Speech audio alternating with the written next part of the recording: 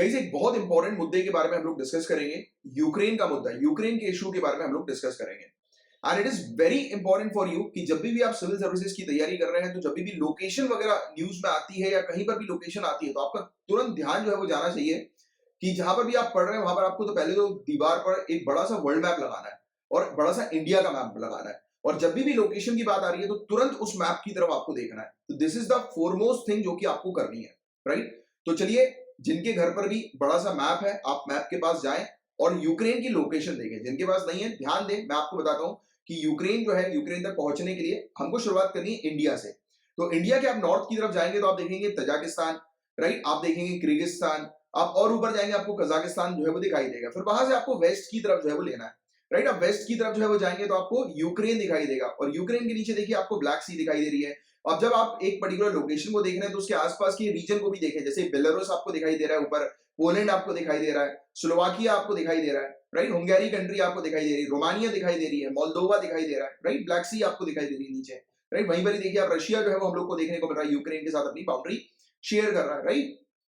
तो ये सब एक अच्छी जानकारी जो है वो आपको होनी चाहिए। जब भी पढ़ो तो मैप को जो है वो ध्यान में रखते हुए आपको प्रिपरेशन जो है वो करनी है, राइट। कोई मुझे बता सकता है कि यूक्रेन की कैपिटल क्या है? एक सिंपल सा क्वेश्चन नीचे कमेंट बॉक्स पर इसका आंसर आप लिखकर बताएं। सो गाइस, ये टॉपिक न्यूज में क्यों आया है, सबसे पहले मैं आपको इस चीज के बारे में बताता हूं। तो अभी पिछले 2 हफ्तों से अमेरिका, नाटो और यूक्रेन के जो अधिकारी हैं ये डिस्कशन कर रहे हैं, इनके बीच में वार्ता चल रही है कि रशिया ने अभी अपनी सैन्य गतिविधियां जो है, मिलिट्री एक्टिविटीज जो है वो इंक्रीज कर दी है यूक्रेन के आजू बाजू, यूक्रेन के पास में, राइट। अपनी सैन्य गतिविधियां इंक्रीज कर दी है। तो इसको लेकर एक टेंशन फिर से जो है वो डेवलप हो रही है। बट आपको यह समझना बहुत जरूरी है एग्जामिनेशन पॉइंट ऑफ व्यू से कि रशिया और यूक्रेन के बीच में क्या इश्यूज थे, राइट। तो देखिए 2013 में ये इश्यूज बढ़ गए। इसके लिए मैं आपको थोड़ा सा बैकग्राउंड समझाऊंगा और बहुत आसान तरीके से हम लोग ये इंटरनेशनल मुद्दे को समझेंगे। देखिए, रशिया और यूक्रेन ये दोनों सोवियत यूनियन के मेंबर्स थे, राइट। रशिया और यूक्रेन ये दोनों सोवियत यूनियन, सोवियत संघ के मेंबर्स थे। फिर सोवियत संघ जो है वो अलग हुई। फिर हुआ ये कि यूक्रेन दोस्ती करने लगा वेस्टर्न कंट्रीज के साथ। अब आप एक चीज को समझिए, आपका बचपन का दोस्त प्राइमरी स्कूल में, सेकेंडरी में आपके साथ रहा हो और अचानक से कॉलेज जाने के बाद आपसे उसका उठना बैठना बंद हो गया, आपसे उसकी मुलाकात जो है वो बंद हो गई, यानी कि उसने आपसे दूरी करना शुरू कर दिया, उसको नए दोस्त मिल गए, तो आपको बुरा नहीं लगेगा? पहले वो आपके साथ घूमने जाता था, आपके साथ जो है वो खाना पीना खाने जाता था, आज की डेट में आपको छोड़ दिया उसने, अब आपके पास कोई साथी नहीं है घूमने वाला। तो आपका क्या हो रहा है? आपका इंटरेस्ट खराब हो रहा है। आपको लग रहा है कि अरे यार मुझे कहीं निकलना है, पहले ये चलता था मेरे साथ, आज की डेट में कोई है नहीं, मैं तो अकेला सा पड़ गया। रशिया के साथ वही हुआ। कभी भी इंटरनेशनल रिलेशन समझना है तो सिंपल तरीके से चीजों को समझोगे तो बहुत मजा आएगा और बहुत आसानी से पूरी चीज क्लियर हो जाएगी, राइट। तो यूक्रेन ने दोस्ती करना शुरू कर दिया वेस्टर्न कंट्रीज के साथ, यूरोपियन यूनियन के साथ, अमेरिका के साथ। और आपको एक चीज तो जनरली पता ही है यार कि रशिया और अमेरिका की बनती नहीं है, दोनों जो है वो कट्टर दुश्मन है, राइट। दोनों की पॉलिसीज अलग रहती है, एक दूसरे के विरोधी ये हम लोग को मेन इश्यूज पर देखने को मिलते हैं, राइट। तो ये चीज तो जग जाहिर है, सभी को पता है इसके बारे में। अब रशिया के बगल में यूक्रेन है, राइट, और यूक्रेन यूनाइटेड स्टेट्स का दोस्त है, तो ऑब्वियस ही बात है ये बात तो बिल्कुल भी रशिया को पसंद नहीं होगी, यार ये तो गड़बड़ी हो रही है। जैसे कि हमारे केस में अगर हम लोग बात करें तो हमारी जो नेबरिंग कंट्री की बात करें, अब देखिए हमारी जो नेबरिंग कंट्री चाइना, पाकिस्तान, ये दोनों से हम लोग की जो है वो बनती है नहीं, और चाइना और पाकिस्तान दोनों अभी आपस में दोस्ती कर रहे हैं, तो ये क्या है, ये हमारे इंटरेस्ट के लिए खराब है। बात समझ रहे हो? इस तरीके से इंटरनेशनल रिलेशन को आपको समझना जरूरी है। तो चलिए आते हैं वापस पिक्चर पे यूक्रेन की। तो हमने क्या देखा कि 2013 में हुआ ये कि काफी सारी पॉलिटिकल और इकोनॉमिक डील्स यूक्रेन की यूरोपियन यूनियन के साथ होना शुरू हो गई, जो चीज रशिया ने बिल्कुल भी पसंद नहीं करी। अब रशिया के कुछ सपोर्टर्स यूक्रेन के अंदर है ना, उन्होंने क्या किया, उन्होंने विरोध करना शुरू कर दिया। ये 2013 की बात है। फिर 2014 में क्या हुआ, तो रशिया ने एक बहाना मारा, इसने बोला कि यार आपके यहाँ पर, यूक्रेन के यहाँ पर काफी सारे ऐसे लोग हैं जो कि रशियन सपोर्टर्स हैं, राइट, आप जो है वो उन लोगों का ध्यान नहीं रख रहे हो। और इसको देखते हुए रशिया ने क्रीमिया पर कब्जा कर लिया, क्रीमिया पर कंट्रोल कर लिया, राइट। तो क्रीमिया एक टेरिटरी हम लोग को देखने को मिल रही है, उस पर रशिया ने अपना कंट्रोल कर लिया। आपको शायद पता होगा इस G8 ग्रुप ऑफ 8 नेशन या G7, आज की डेट में आप G7 के बारे में जानते हो। एक टाइम पर G7 कंट्रीज जो थी, ग्रुप ऑफ 7 या ग्रुप ऑफ 8 कंट्रीज जो हम लोग को देखने को मिलती थी, तो उसमें रशिया शामिल थी।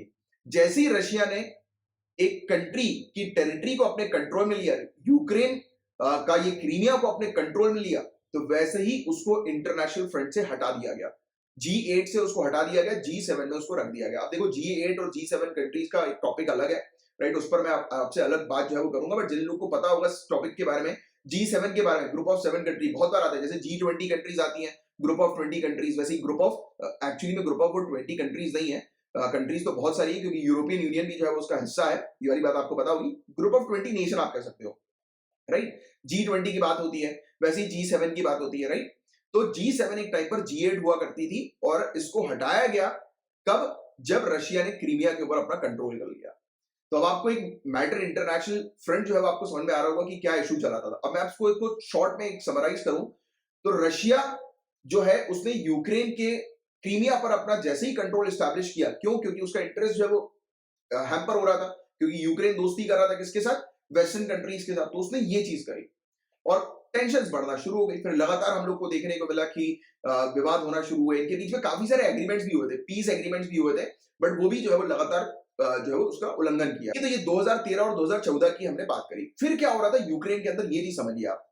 तो यूक्रेन में काफी सारे लोग जो थे वो रशिया को सपोर्ट करते थे, राइट? वो प्रो रशियन सेपरेटिस्ट लोग थे, वो डिमांड कर रहे थे कि ये सेपरेशन हो जाए, यानी कि पूरी टेरिटरी का, यानी कि यूक्रेन के अंदर जो रशिया को सपोर्ट करते हैं वो अलग हो जाए, और जो यूक्रेन को सपोर्ट करते हैं वो अलग हो जाए। तो ये यूक्रेन का एक विभाजन जो है वो चाह रहे थे, राइट? तो इसके तुरंत बाद यूक्रेन के डोनेट्स्क और लुहांस्क इन क्षेत्रों में रूसी समर्थक अलगावादियों, प्रो रशियन सेपरेटिस्ट ने कीव से अपनी स्वतंत्रता की घोषणा कर दी। इन्होंने बोला कि यूक्रेन से ये अलग होना चाहते हैं, यानी कि जो लोग रशिया को सपोर्ट करते थे वो उन्होंने एक विद्रोह कर दिया। उन्होंने बोला कि हमें यूक्रेन से अलग होना है, हमें आप अलग स्टेट जो है वो प्रोवाइड कराओ, राइट? हमें अलग टेरिटरी प्रोवाइड कराओ, हमें स्वतंत्रता प्रोवाइड कराओ आप, राइट? और इसके कुछ महीनों के बाद भारी लड़ाई हम लोग को देखने को मिली, दंगे देखने को मिले यूक्रेन के अंदर। फिर 2015 में फ्रांस और जर्मनी की मध्यस्थता में मिन्स्क में कीव और मॉस्को के मध्य शांति समझौते पर हस्ताक्षर किए गए। जब देखा कि यार ये टेंशन बहुत ज्यादा बढ़ गई है, तो इसमें जर्मनी बीच में आया, फ्रांस बीच में आया। इन्होंने बोला कि भाई यूक्रेन और रशिया, भाई तुम एक काम करो, दोस्ती कर लो, राइट? झगड़ा मत करो। तुम्हारे इसके कारण देखो कितने सारे सिविलियंस की मौतें हो रही हैं। कुछ डेटा सामने आया कि हजारों की संख्या में सिविलियंस की मौतें हो रही हैं, राइट? आम नागरिकों की मौतें हो रही हैं, राइट? तो इन्होंने बोला, जर्मनी और फ्रांस ने थोड़ा बड़े भाई का रोल प्ले किया, बोला कि भाई तुम दोनों भाई भाई हो, दोस्ती करो, राइट? शांति बरकरार रखो, राइट? तो ऐसा हुआ, बट कहाँ शांति बरकरार होती है? ये कंटिन्यू है, आज भी हम लोग को इश्यूज है वो देखने को मिल रहा है, राइट? तो मिन्स्क, कोई मुझे बता सकता है मिन्स्क जो है वो किसकी कैपिटल है? कोई बता सकता है मिन्स्क किसकी कैपिटल है? तो आपको ध्यान में रखना है बेलारूस। अभी मैंने आपको थोड़ी देर पहले मैप की एक इंफॉर्मेशन दी थी कि यूक्रेन के आसपास कौन सी कंट्रीज हैं, तो ये बेलारूस की कैपिटल है। तो जर्मनी और फ्रांस बेलारूस में आए और इन्होंने एक समझौता किया यूक्रेन और रशिया के साथ कि भाई आप जो है वो लड़ाई मत करो, शांति बरकरार रखो, बट बार बार जो है वो उसका उल्लंघन होता रहा, बार बार दंगे होते रहे, राइट? तो अंतरराष्ट्रीय स्तर पर ध्यान दिए जाने की क्या जरूरत है इस इशू को? तो आपको बता देगा कि देश के पूर्वी भाग, जो ईस्टर्न एरिया जो है इस कंट्री का, यूक्रेन का, इसमें कीव और रूस समर्थक विद्रोहियों के बीच जारी लड़ाई में 14,000 लोग मारे गए, 14,000 लोग मारे गए। और एक रिपोर्ट आती है United nation office of high commissioner for human rights की।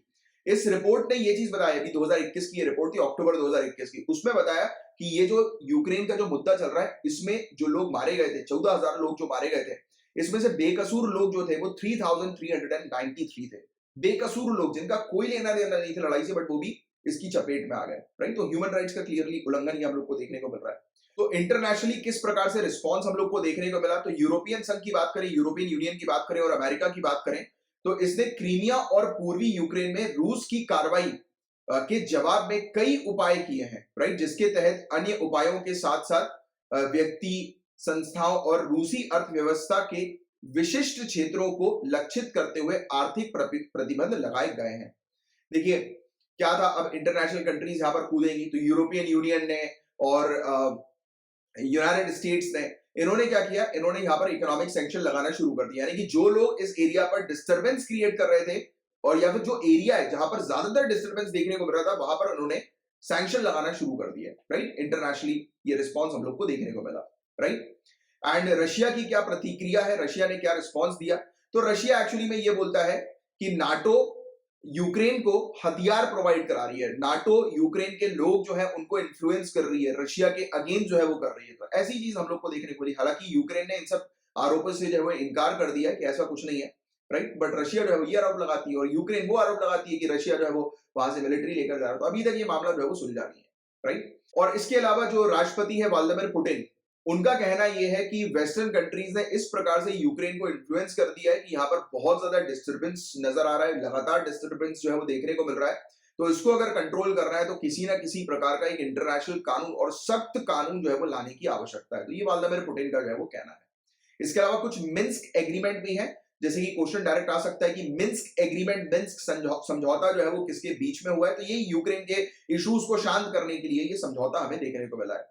तो पहला मिन्स्क समझौते की अगर बात करें तो यूक्रेन और रशिया जो समर्थित अलगावादी जो हम लोग को देखने को मिलते हैं, जो सेपरेटिस्ट जो हम लोग को देखने को मिलते हैं, इन्होंने सितंबर 2014 में बेलारूस की राजधानी मिन्स्क में 12 सूत्रीय संघर्ष विराम समझौते पर सहमति व्यक्त की थी। 12 पॉइंट्स सीज फायर डील जो है वो इन्होंने कंडक्ट करी थी, और इसके प्रावधानों में कैदियों का आदान प्रदान, यानी कि जो भी कैदी थे, राइट, यानी कि जो प्रो रशियन जो कैदी थे, या फिर आप कह सकते हो कि रशिया ने कुछ यूक्रेन के जो लोग हैं उनको अपने जेल्स में बंद कर दिया था, और जो यूक्रेन ने कुछ लोगों को मतलब अपनी जेल में जो है बंद कर दिया था जो प्रो रशियन थे, राइट। तो उनको जो है वो छोड़ा जाए, यानी कैदियों को जो है वो रिलीज किया जाए, और मानवीय सहायता का वितरण और भारी हथियारों को तैनाती से हटाया जाना शामिल था, यानी कि जितने भी वेपन्स वगैरह है आपकी स्टेट में लोगों के पास, उसको हटाओ, लोगों से वेपन जो है वो वापस लो, राइट। किसी प्रकार से हथियार जो है वो लोगों के पास नहीं होने चाहिए जिससे कि दंगे वगैरह यहाँ पर हो, राइट। बट फिर भी लगातार इस समझौते का भी वायलेशन होता रहा। फिर एक और समझौता हुआ मिन्स्क 2, जो 2015 में हम लोग को देखने को मिला। ये ओपन कॉन्फ्लिक्ट जो था इसको खत्म करने के लिए हुआ था, ये भी एक पीस एग्रीमेंट हम लोग को देखने को मिला था फ्रांस और जर्मनी की मध्यस्थता में, राइट। बट फिर भी हम लोग को देखने को मिला कि लगातार लड़ाई हो ही रही है, लगातार टेंशन जो है वो दोनों के बीच में हो ही रही है। तो ये था इस पूरा ओवरऑल टॉपिक। अब मैं उम्मीद करता हूँ कि आप एक आइडिया आपको लग गया होगा कि क्या स्थिति हम लोग को यूक्रेन पर देखने को मिल रही है और किस प्रकार से ये स्थिति डेवलप हुई है, राइट।